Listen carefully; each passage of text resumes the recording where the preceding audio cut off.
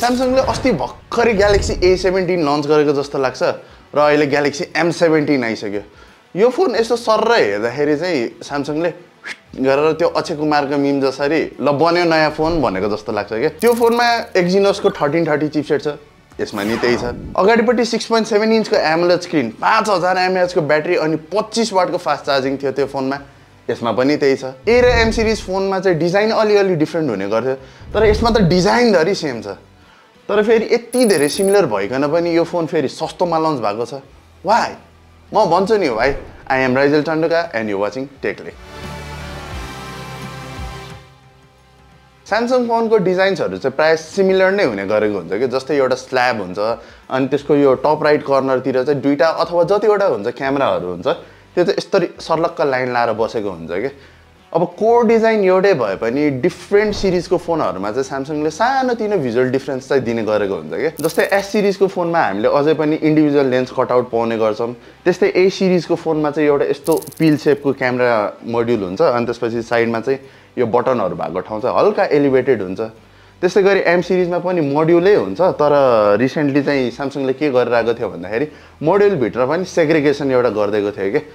तर यो M17 को डिजाइन भने स्यामसङले त्यो सानोतिनो भिजुअल डिफ्रेन्स सब काचककुचुकै गरेर फालिदिएको छ। अब नर्मल्ली चाहिँ अब हाम्रो एम सिरिज र ए सिरिजको फोन सिमिलर मात्रै हुने गर्थ्यो भने यसपालि चाहिँ एक्चुअली सेम नै छ क्या। हामीले M36, M56 जस्तो त्यो क्यामेरा मोडलभित्रको सेग्रिगेसन केही पनि पाउँदैनौँ यता। अनि साइडको यो अहिलेसम्म चाहिँ ए सिरिज फोनहरूमा मात्रै एक्सक्लुसिभली रहिरहेको यो की आइल्यान्ड भन्ने च्यासिस पनि हामीले यो M17 मा चाहिँ पाउँछौँ। अब स्यामसङ ग्यालेक्सी A17 र M17 हेर्दाखेरि एउटै देखे पनि यिनीहरूमा एउटा नन भिजुअल डिफ्रेन्स भन्ने छ है। अब त्यो चाहिँ के हो भन्दाखेरि स्यामसङले A17 मा चाहिँ यो ब्याक प्यानलमा ग्लास र प्लास्टिकको मिक्सर युज गरेको थियो भने M17 चाहिँ प्योर प्लास्टिक हो, जसले गर्दाखेरि M17 हातमा समात्दाखेरि हल्का कम प्रिमियम चाहिँ फिल हुन्छ। त्यो बाहेक चाहिँ यो दुईटा फोनमा त्यस्तो धेरै डिफ्रेन्स चाहिँ छैन। त्यसै गरी डिस्प्ले पनि यो दुईटा फोनहरूको मोस्टली सिमिलर नै छ। एमोलेड स्क्रिन नै हो, 90 हर्जकै प्यानल हो। अब यो भ्यात्त परेको बेजल्सहरू छ, माथिपट्टि यु सेपको क्यामेरा कटआउट। अब यो डिस्प्लेलाई लिएर हाम्रो ओपिनियन के छ भनेर तपाईँले अझै डिटेलमा थाहा पाउनु मन छ भने चाहिँ तपाईँले हाम्रो ग्यालेक्सी A17 को रिभ्यू हेर्न सक्नुहुन्छ, जुन चाहिँ म यता माथितिर लिङ्क गरिदिन्छु। अब यो डिस्प्ले मोस्टली सिमिलर भए पनि अगेन एउटा सानो डिफ्रेन्स चाहिँ छ। त्यो चाहिँ के हो भन्दाखेरि हामीले यो फोनमा हाई ब्राइटनेस मोडमा 1100 निट्ससम्मको ब्राइटनेस पाउँछौँ भने ग्यालेक्सी A17 मा चाहिँ 800 निट्स मात्र थियो। सो यो एस्पेक्टमा चाहिँ हामीले ग्यालेक्सी M17 मा एउटा सानो अपग्रेड भन्ने पाउँछौँ है। अब फोनको इन्टरनल्सको कुरा गर्नु पर्दाखेरि चाहिँ हामीले यसमा सेम एक्जिनोस 1330 चिपसेट नै पाउँछौँ। अब ग्यालेक्सी A17 सँगको सेम चिपसेट भइसकेपछि चाहिँ बेन्चमार्कहरू पनि सेम नै छ। गेम्सहरू डिसेन्ट नै ह्यान्डल गर्छ फोनले। पब्जीमा हामीले हाई स्मुथनेससम्मको अप्सन पाउँछौँ, जसमा हामीले 29.3 FPS को रिजल्ट पाउँछौँ। त्यसै गरी गेन्सिन इम्प्याक्टमा मैले हाइएस्ट सेटिङ र 60 FPS मा राखेर मैले 30 मिनट गेम खेलेर हेरेँ, जहाँ चाहिँ मैले 19.5 को एभरेज FPS पाएँ। सो यो फोनले चाहिँ गेन्सिन इम्प्याक्ट जस्तो हेभी गेम चाहिँ म्याक्सिमम सेटिङमा राखेर गाह्रै गरेर भयो नि ह्यान्डल चाहिँ गर्दो रहेछ। त्यो टेस्टिङ गर्ने बेलामा मलाई त्यो खेल्नै नसकिने टर्चरै गरेको जस्तो फिल चाहिँ भएन।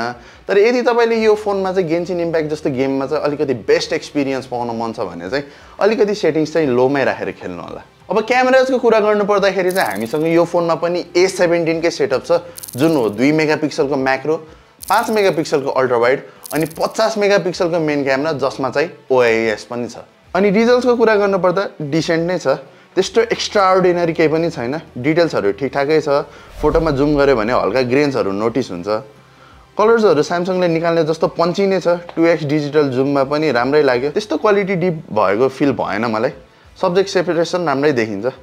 त्यसै गरी यो फोनमा भएको अल्ट्रा वाइड पनि ठिकै छ, मेन क्यामेराबाट अल्ट्रा वाइडमा फल अफ नोटिसेबल नै छ। अनि दुईटा लेन्सको कलर साइन्स नि फरक छ एकअर्काबाट।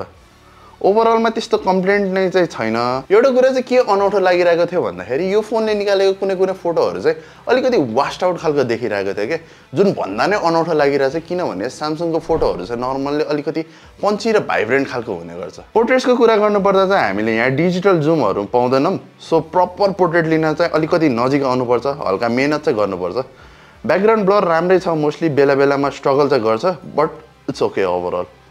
यसै गरी सेल्फिजको लागि चाहिँ हामीसँग 13 मेगापिक्सलको सेन्सर छ, जसबाट रिजल्ट झ्याप्प हेर्दा नराम्रो चाहिँ आउँदैन। जुम गरिसकेपछि डिटेल्सको कमीहरू स्पष्ट हुन्छ, तर मलाई यो वाइड एङ्गल र अल्ट्रा वाइड एङ्गलमा सेल्फी लिन दिएको चाहिँ राम्रो लाग्यो है।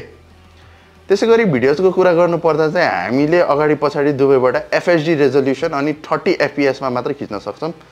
भिडियो क्वालिटी लुक्स ओके अनि यो फोनको one of the major highlight OIS ले काम गरिरहेको चाहिँ डेफिनेटली नोटिसेबल छ। जिटर्सहरु नभएको चाहिँ हैन, तर फुटेजहरु मजाको स्टेबल नै देखिन्छ। अनि यो फोनबाट इन्डोर सेल्फी भिडियो खिच्दाखेरि फुटेजमा झ्यालको रिफ्लेक्सन आइरहेको थियो जुन चाहिँ मलाई इन्ट्रेस्टिङ लाग्यो। अब क्यामेरामा त्यस्तो मेजर पोइन्टर खासै केही पनि छैन यो फोनको।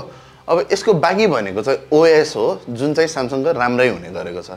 हामीले यसमा एन्ड्रोइड 15 पाउँछौं out of the box with One UI 7 अनि स्यामसङले यसमा सफ्टवेयर अपडेट्सहरु पनि राम्रै दिन लागेको छ जुन चाहिँ 6 वर्षको छ, both security and OS updates which is really good for a mid-range phone। ल अब चाहिँ यो फोनको कन्क्लुजन तर्फ लागौं। यो Galaxy M17 चाहिँ एकदमै स्ट्यान्डर्ड स्यामसङ फोन हो, त्यस्तो नराम्रो पनि छैन, त्यस्तो आउटस्ट्यान्डिङ पनि छैन। अब कुरो चाहिँ के आउँछ भन्दाखेरि Galaxy M17 किन्ने कि A17 किन्ने। अब यसमा चाहिँ के छ भन्दाखेरि चाहिँ M17 चाहिँ लोअर भेरिएन्टहरुमा मात्र आउँछ, जसमा चाहिँ यसको 4 128GB भेरिएन्टको चाहिँ 26,000 अनि 6 128GB को चाहिँ 28,000 पर्छ। त्यसैगरी Galaxy A17 चाहिँ 6 128GB बाट सुरु हुन्छ जसको चाहिँ पर्छ 29,000। अब तपाईको बानी चाहिँ कस्तो छ भन्दाखेरि तपाईले चाहिँ एपहरु टन्नै चलाउनुहुन्छ अनि ब्याकग्राउन्डमा यतिकै खुल्लै छोड्दिनुहुन्छ अथवा मल्टिटास्किङहरु धेरै गर्नुहुन्छ भने चाहिँ M17 को 4GB भेरिएन्टले चाहिँ अलिकति साथ नदिन सक्छ। त्यसैगरी अब तपाईलाई चाहिँ स्टोरेज अलिकति धेरै चाहिएको छ भने चाहिँ 128GB इनफ नहुन सक्छ, जसले गर्दाखेरि चाहिँ A17 नै लिनुपर्ने हुन्छ किनभने त्यो फोन मात्रै 256GB मा अवेलेबल छ। अब दुईटै फोनको एउटै भेरिएन्ट कम्पेयर गरेर हेर्ने हो भने चाहिँ यो फोनहरुमा चाहिँ जम्मा 1000 रुपैयाँको डिफरेन्स मात्र छ के। अनि यो 1000 रुपैयाँको डिफरेन्समा चाहिँ तपाईले M17 मा हल्का बिल्ड क्वालिटीमा चाहिँ कम्प्रोमाइज गर्नुपर्ने हुन्छ, तर फेरि त्यसको सट्टामा तपाईले अलिकति ब्राइट हुन सक्ने स्क्रिन चाहिँ पाउनुहुन्छ है फेरि। सो यदि तपाई चाहिँ प्राय घरै बस्नुहुन्छ, फोनमा केस लगाउने बानी छैन भने चाहिँ तपाईले Galaxy A17 को इन ह्यान्ड फिल बढी प्रिफर गर्नुहुन्छ होला।